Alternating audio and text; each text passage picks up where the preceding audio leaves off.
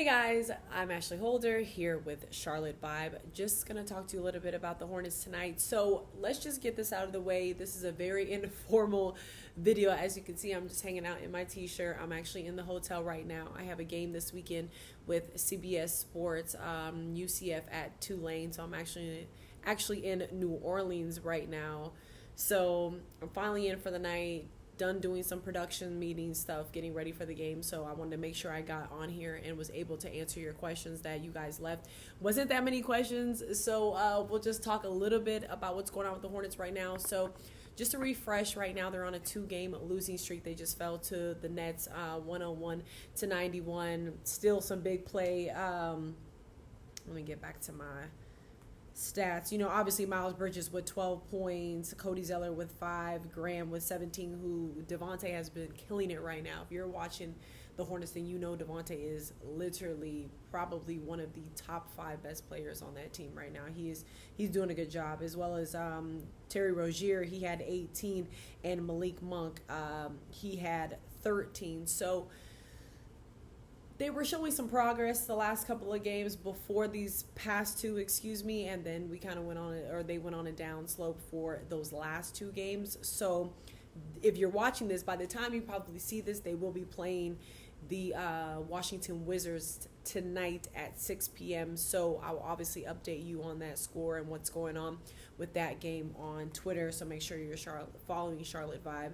So let's just get into the questions. One of the first questions that I got was, what are the Hornets looking for in the 2020 draft? And I thought that was an interesting question because the draft is so far that the season is not over yet, that Hornets fans are already thinking about what the heck do we need to draft next, because obviously we knew it was going to kind of be an up and down year for this squad. So I saw a article, and it was funny because LaMelo Ball was the first person that they had on there, and I just thought that was funny because I don't know if I can see that guy playing here in Charlotte, especially with another point guard that is as dominant as him and probably would want the ball. I don't know how that's going to really work with Graham and Rozier, but hey, if you want Melo to come here, to each his own.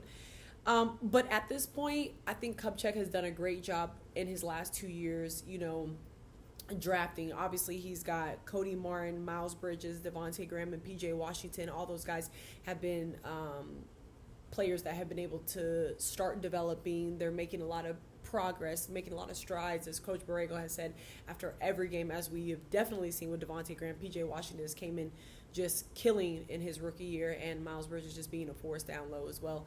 So I think, in my opinion, I wouldn't say that we would need to go, I wouldn't say that they need to go with a point guard. I would probably say just a shooter.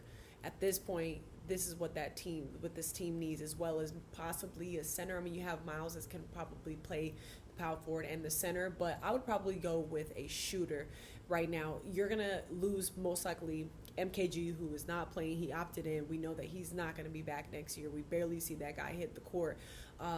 Marvin Williams is going to be out. They're going to get rid of him. So I'm going to probably say a shooter, especially I don't think that we've made up with that, losing Jeremy Lamb as well as Kemba Walker, as everyone knows. So I think that's going to be their main thing that they're going to be looking for. I will tell you that they don't need another power forward.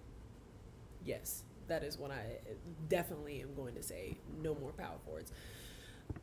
Next question. Is it difficult coaching a young squad? I feel like I can't really answer that question because I'm not the head coach. I don't know what it's like to coach an NBA team, but if I had to guess, I'm going to say yeah, because you're losing that veteran leadership in Kemba Walker. And to me, he was a guy that probably held this team together. He was kind of the glue. He uplifted people. He was always in people's ear. But I think you still make up for that a little bit with Marvin Williams. He's a guy that, a lot of the young guys said they look to him.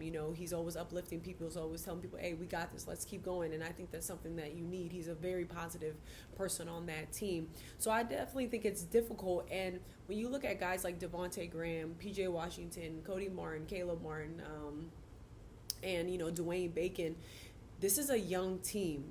This team averages out to be like 24, 25 years old. So you have to remember that these guys are learning.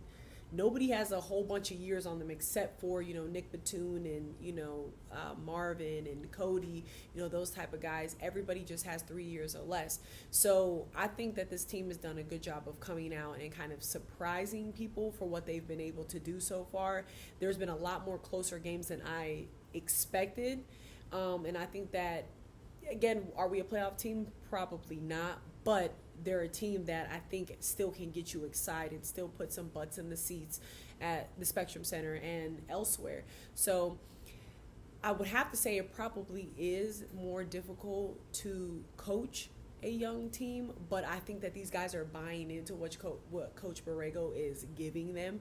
So I think, it could, I don't want to say it can only go up, but I think there's going to be a lot more positive than negative that some of these Hornets fans were expecting before the season started.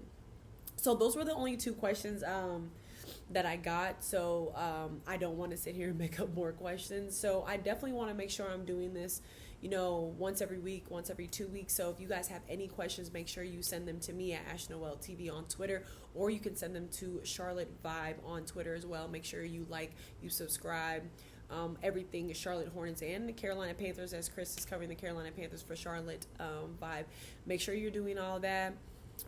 Just a reminder, the Hornets are playing the Wizards tonight at 7 p.m. I think I said 6, but I'm also in New Orleans, so we're an hour behind. That's probably why I said that. So make sure you tune into that. And again, if you have any more questions, make sure you shoot it to me on Twitter, Instagram, Facebook, whatever you want to do. We'll make sure we're answering these questions weekly for you guys. And I'm going to make sure I have some guests from The Athletic, from different sports reporters in the market, just so we can get more of a report going on. We definitely want a lot of fan interaction. So I'm going to sign off because I've got a long day tomorrow. So from New Orleans, I guess I'll see you guys later. All right. Have a good night.